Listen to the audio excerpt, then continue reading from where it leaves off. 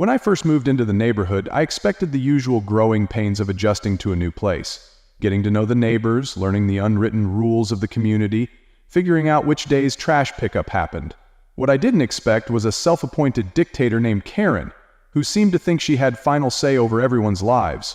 From the moment I moved in, it was clear she had a personal vendetta against me, though I had no idea why. Maybe she didn't like new homeowners who didn't bow to her self-imposed authority.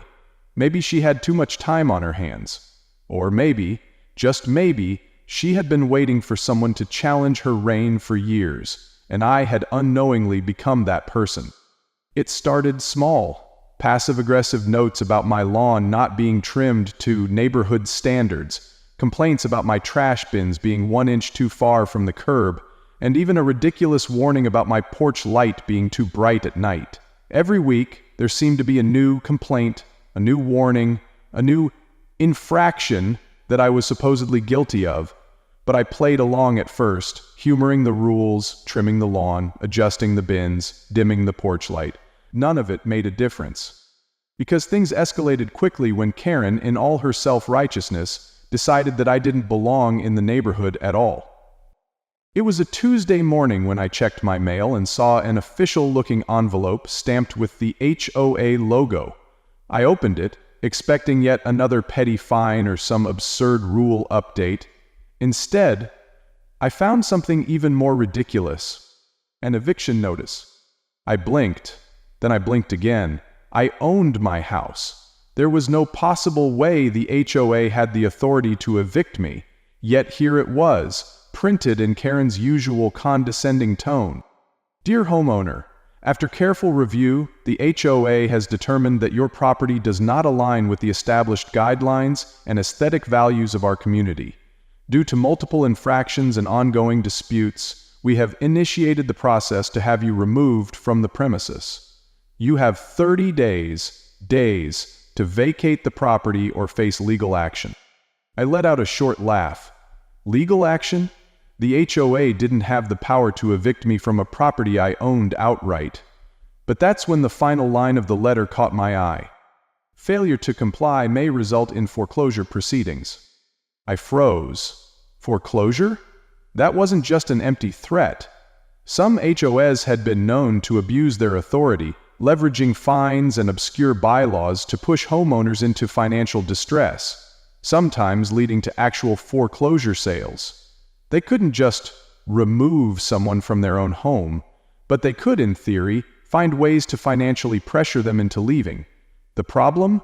That tactic wouldn't work on me, because Karen, in all her arrogance, didn't know that I owned the very house she was living in. Karen wasn't just my overbearing HOA neighbor. She was a renter. And I, through a series of investment purchases I had made years ago, was her landlord. I chuckled, shaking my head at the absurdity of it all. She had no idea that the eviction notice she sent me, I could easily turn around and send right back to her. I sat down at my desk, pulling up my property management files. There it was, clear as day. Karen's lease agreement, signed and dated, with my name right at the top as the property owner. I skimmed through the document, making sure there were no loopholes or details I had forgotten. Nope, everything was airtight. Karen wasn't just some overzealous HOA president. She was my tenant, and by the terms of her lease agreement, she was in direct violation of multiple clauses. Harassment of other residents? Check.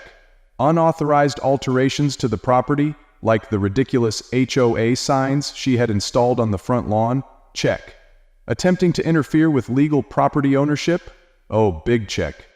I pulled up my email and began drafting a response to her so-called eviction notice, but halfway through typing, a thought struck me.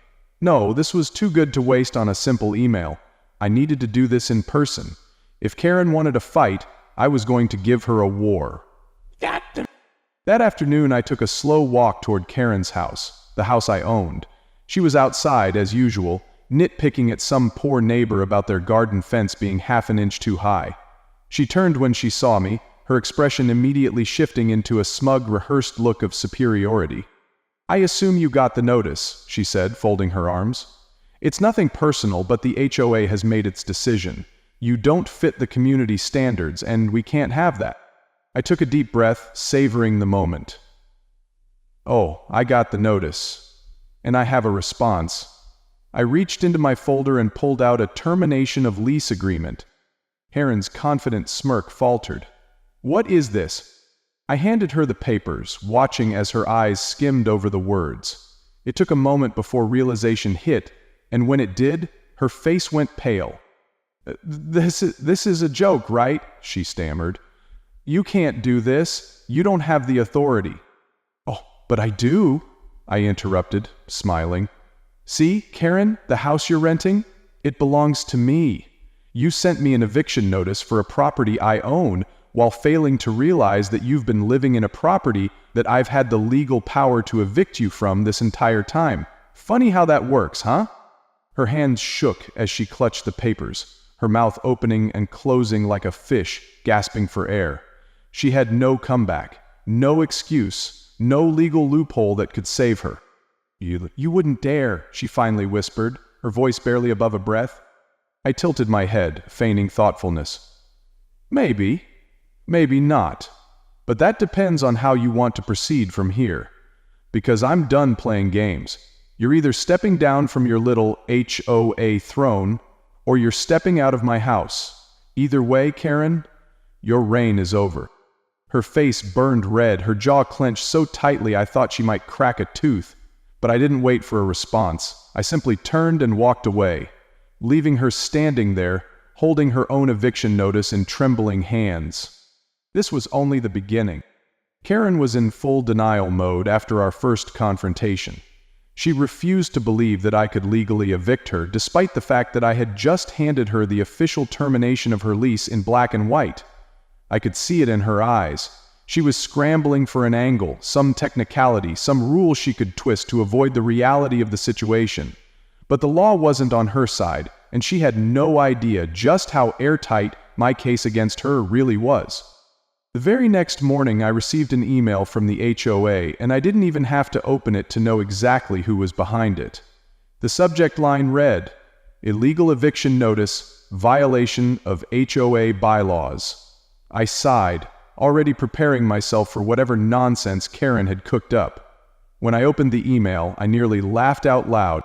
Dear homeowner. It has come to our attention that you have engaged in unauthorized eviction proceedings against a resident of our community.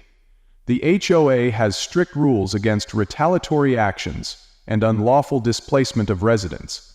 Any attempts to remove a member of this community without due process will result in immediate fines and further legal action. Please consider this your official warning.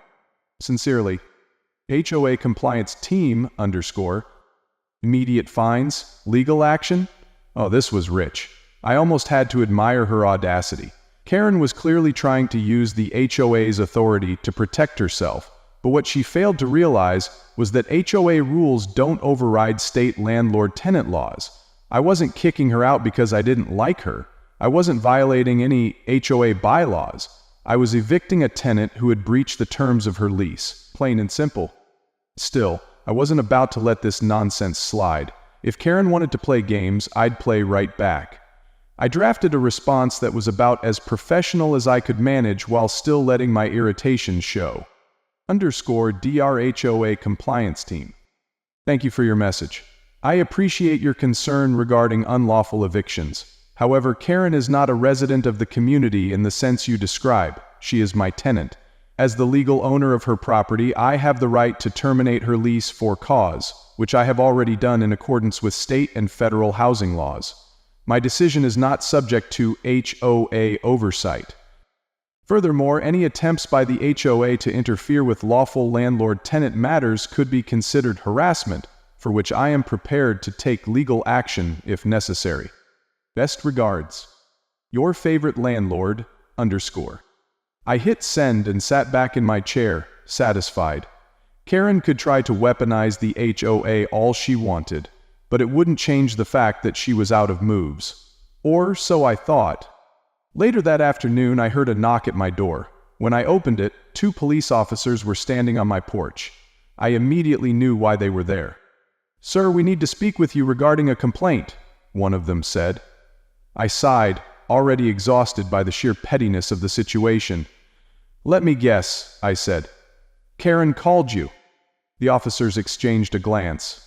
"She did. She claims you're attempting an unlawful eviction and that you're using intimidation tactics. We just need to ask a few questions." I nodded, stepping aside to let them in. "Come on in, officers, I have plenty to show you." I pulled up every document. Karen's lease agreement, the termination notice, the multiple violations of the lease terms. I even showed them the email from the HOA in my response. The officers read through everything carefully before one of them sighed and looked at his partner. "This is completely legal," he muttered. "She's not being evicted unlawfully." The other officer nodded before turning back to me. "Sorry about this, sir. This happens more often than you'd think. Some people don't understand that HOA rules don't override property ownership." I let out a dry laugh. "Yeah, I'm getting that impression." They left soon after, but before they did, one of them made sure to knock on Karen's door.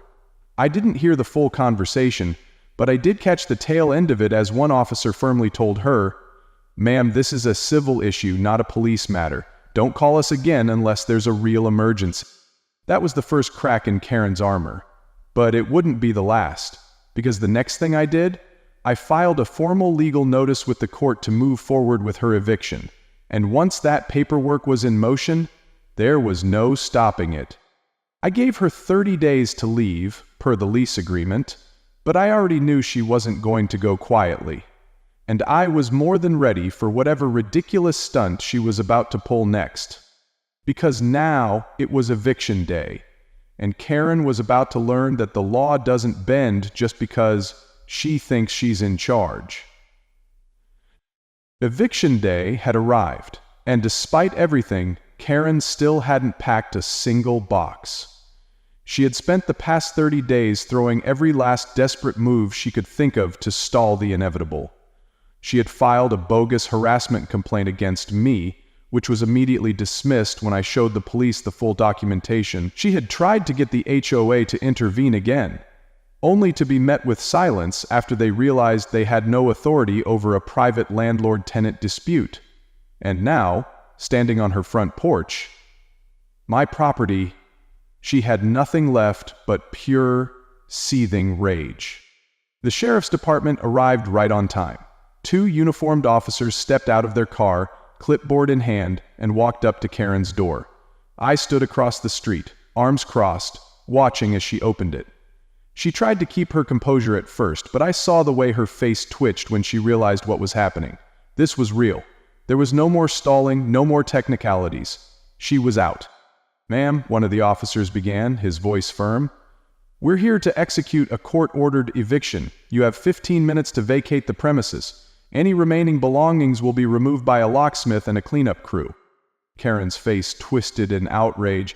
"This is my home. You can't just—" The officer didn't flinch. "No, ma'am, this is his home," he said, pointing directly at me. "You were given 30 days' notice and multiple legal warnings. You are now trespassing on private property. If you do not comply, we will have no choice but to place you under arrest." That got her attention. Karen, the almighty HOA enforcer, was now the one violating the law. She turned to me, desperation creeping into her voice. "You don't have to do this," she hissed. "We can work something out. I can drop the complaints, I raised an eyebrow. "Oh, now you want to negotiate? After trying to have me kicked out of my own home? After dragging me through bogus fines, police calls, and HOA nonsense?" I shook my head. "No, Karen, you made your bed, time to lie in it." Her expression crumbled into pure disbelief. For the first time she realized she had lost. She stomped back inside, and for a brief moment, I thought she might actually comply. But then, through the open door, I heard a crash. "Ma'am, step away from the property," one of the officers shouted, moving toward the house. Karen had lost it. She was knocking things over, throwing picture frames, screaming obscenities. She kicked a chair over, sending it skidding across the floor, and started yanking drawers open like a deranged raccoon. I sighed. She's really going out like this, huh? One of the officers turned to me. Would you like to press charges for property damage? I considered it. Oh, how tempting it was. But no, I didn't need to drag this out any longer. Not unless she breaks something major, I said. I just want her out. And finally, 15 minutes later, Karen stomped down the steps of my house, dragging a single suitcase behind her. She glared at me, her face red with humiliation. She opened her mouth as if she was about to say something. One last insult. One final pathetic attempt to regain some dignity. But nothing came, because there was nothing left to say. She turned, got into her car, and sped off without another word. The officers secured the house, changing the locks as I signed off on the final paperwork. It was over. Karen, the nightmare of the neighborhood, the self-appointed queen of the HOA, was finally gone. I stood on my front porch, taking in the peaceful silence.